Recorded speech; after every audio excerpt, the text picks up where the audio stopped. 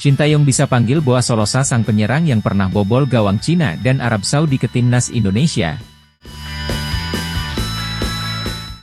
Timnas Indonesia akan mengarungi laga-laga grup C babak ketiga kualifikasi Piala Dunia 2026 Zona Asia Dunia pada September 2024 hingga Juni 2025. Lawan-lawan berat menanti timnas Indonesia, yakni Jepang, Australia, Arab Saudi, Bahrain dan Cina. Bahkan 3 negara yang disebut pertama merupakan langganan tampil di Piala Dunia. Demi memberi persaingan kepada lawan-lawan di atas, timnas Indonesia membutuhkan tenaga pemain tambahan.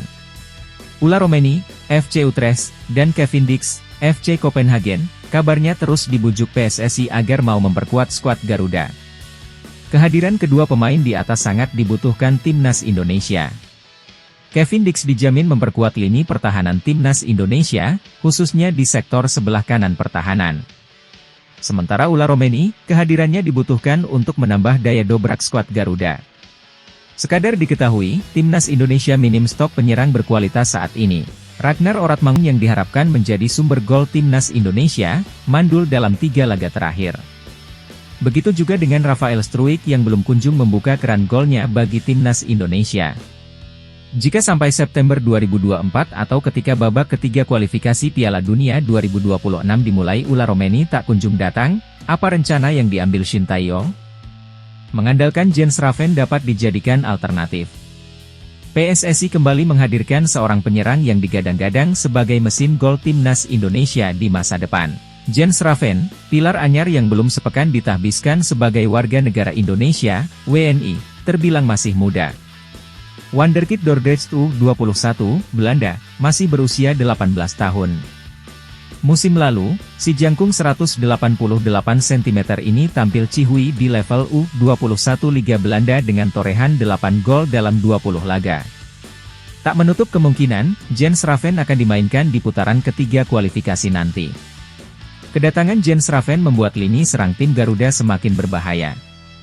Jens Raven, selain bisa bermain sebagai winger, bisa pula diplot sebagai gelandang bertahan dan serang sekaligus.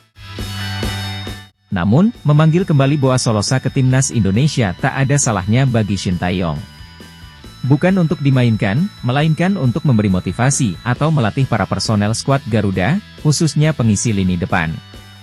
Di masa jayanya, Boa Solosa merupakan salah satu penyerang terbaik di Asia Tenggara. Boa Solosa pernah 3 kali menjadi top skor Liga Indonesia dan muncul sebagai bomber menakutkan di saat membela timnas Indonesia. Ketika memperkuat timnas Indonesia, sejumlah negara top Asia pernah dibobol Boa Solosa. Sebut saja Oman dan 2 lawan timnas Indonesia di grup C kualifikasi Piala Dunia 2026 Zona Asia, Cina dan Arab Saudi. Satu lagi, Boa Solosa pernah membobol tim yang saat itu baru saja finish peringkat 4 di Piala Dunia 2010, Uruguay. Karena itu, soal kualitas jangan pernah ragukan Boa Solosa yang kini merumput bersama Persewar Waropen di Liga 2. Jadi bagaimana Shin Tae-yong, siap menjadikan Boa Solosa sebagai mentor di lini depan timnas Indonesia?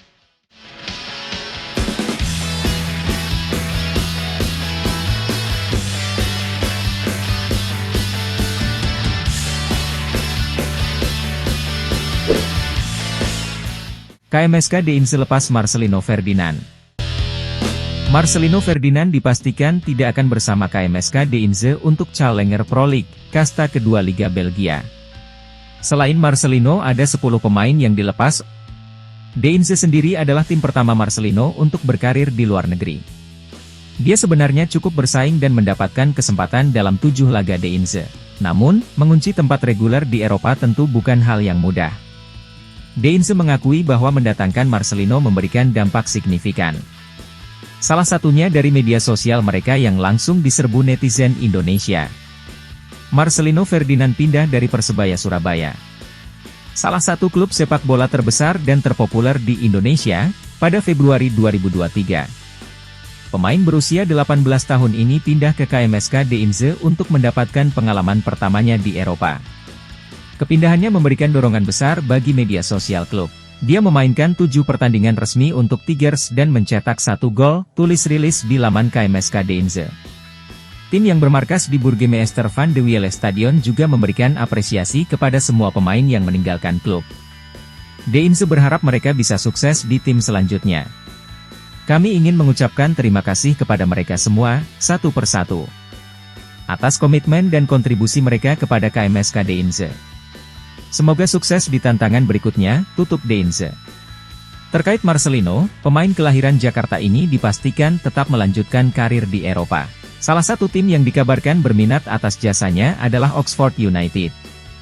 Spekulasi ini semakin menguat karena tim tersebut dimiliki pengusaha Indonesia termasuk Ketua Umum PSSI Erick Thohir. Namun, bermain di kasta kedua Liga Inggris tentu bukan hal yang mudah dan ini akan jadi masalah utama bagi Marcelino.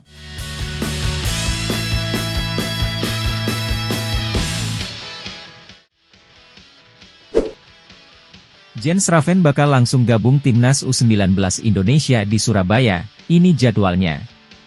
Pemain abroad Timnas U19 Indonesia, Jens Raven, bakal langsung bergabung ke skuad Garuda Nusantara di Surabaya. Hal ini disampaikan oleh pelatih Timnas U19 Indonesia Indra Syafri dalam latihan di Stadion Madia, Senayan, Jakarta, Senin, 1 Juli 2024. Indra Syafri memimpin latihan Timnas U19 Indonesia sebagai persiapan menuju Asian Cup U19 2024. Seperti diketahui, tim Merah Putih direncanakan menjalani turnamen yang dikenal Piala AFF U19 2024 ini pada 17 hingga 29 Juli mendatang. Namun, jelang menghadapi Asian Cup U19 2024 ini belum semua pemain bergabung. Termasuk pemain naturalisasi yakni Jens Raven yang belum juga terlihat dalam latihan Timnas U19 Indonesia. Terkait Jens Raven ini, Indra Syafri mengatakan bahwa sang pemain masih berada di Belanda. Pemain berusia 18 tahun tersebut masih berada di Belanda karena masih menjalani sekolah. Pemain FC Dordrecht tersebut dipastikan akan langsung bergabung dengan Timnas U19 Indonesia di Surabaya. Hal ini karena sang pemain kemungkinan baru akan datang ke Indonesia pada 7 Juli mendatang. Jens Raven, nanti dia akan kembali ke sini tanggal 5 atau tanggal 7 Juli. Karena dia harus menyelesaikan sekolahnya dan dia juga harus kembali ke klubnya, ujar Indra Syafri kepada awak media Senin, 1 Juli 2024. Untuk itu, Raven direncanakan langsung bakal bergabung ke Surabaya. Setelah itu dia langsung akan gabung di Surabaya, ucapnya. Tim Merah Putih ini dijadwalkan bakal bertolak ke Surabaya pada 10 Juli mendatang.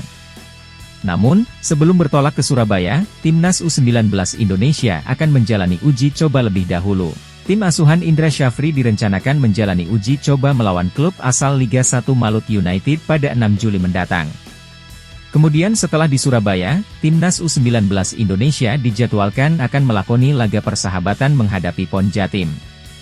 Untuk uji coba ini, Doni Tripamungkas dan kawan-kawan dijadwalkan akan melawan PON Jatim pada 12 Juli 2024.